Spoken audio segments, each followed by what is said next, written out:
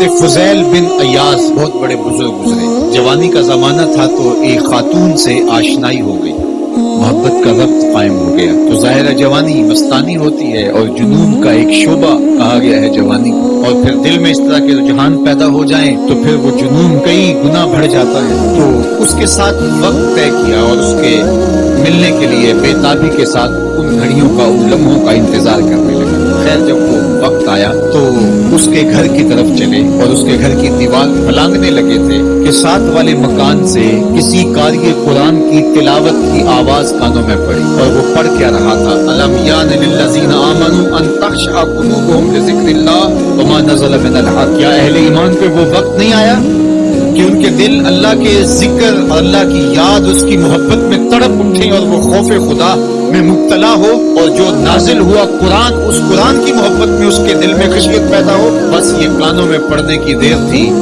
کہ دوبارہ گلی میں چھلانگ لگائی اور کہا میرے اوپر وہ وقت آ گیا ہے, اور جنگلوں کو روتے ہوئے نکلے اور حضرت فضیل بن ایاز پھر ولیوں کے امام قرار پائے. اس آیت نے ان کی زندگی بدل دی. کسی کی 30 سال, کسی کی 40 برس, کسی کی 50 سال, کسی کی 60 سال زندگی یہاں موجود لوگوں میں سے کسی کی اس سے بھی زیادہ اور کسی کی کم. اس آیت کریمہ کو ذرا اپنے اوپر وارد کریں تو اللہ ہمیں نصیب کر دے کہ ہمارے دل تیرے خوف سے کانپ اٹھے اور تیری خشیت سے ہمارے دل لرز اٹھے, اور قرآن کے ساتھ ہمارا ربط مضبوط اور مستحکم ہو جائے, اور ہم یہ اقرار کرتے ہوئے تیرے حضور حاضر ہو جائیں, مالک وہ وقت آ گیا ہے کہ ہمارے دل تیری یاد سے, تیری محبت سے, تیرے پیار سے مالا مال ہو گئے, اور اپنی باقی زندگی ہم تیرے پیار میں, تیری محبت میں, تیری یاد میں بسر کریں گے. حدیث پاک میں آتا ہے کہ اگر کوئی شخص اللہ کے خوف سے رویا اور اللہ کے خوف سے رونے کی وجہ سے اس کی پلکوں کے بالوں میں سے ایک بال کی جڑ گیلی ہو گئی, تو قیامت کے دن وہ بال کھڑا ہو جائے گا, اللہ یا تو مجھے نکال لے یا اسے جنت عطا فرما دے. تو اللہ جل شانہ اس بال کو تو آنکھ سے نہیں نوچے گا, بلکہ اس شخص کو اللہ جنت عطا فرما دے گا. اللہ اکبر.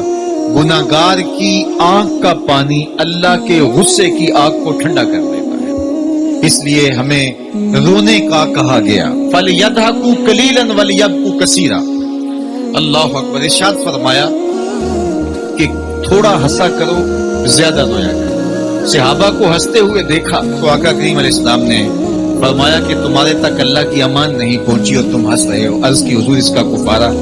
تو فرمایا اس کا کفارہ یہ ہے کہ جتنا ہنسے ہو اتنا ہی تمہیں رونا پڑے گا. میں اور آپ ذرا اپنی زندگی پر غور و تدبر کریں. ہماری زندگی میں ہنسنا زیادہ ہے یا رونا زیادہ ہے؟ سویر سے لے کر شام تک کہے زیادہ ہیں, ٹھٹھے زیادہ ہیں, مذاق زیادہ ہیں, لطیفے زیادہ ہیں, یا عبرتیں زیادہ ہیں؟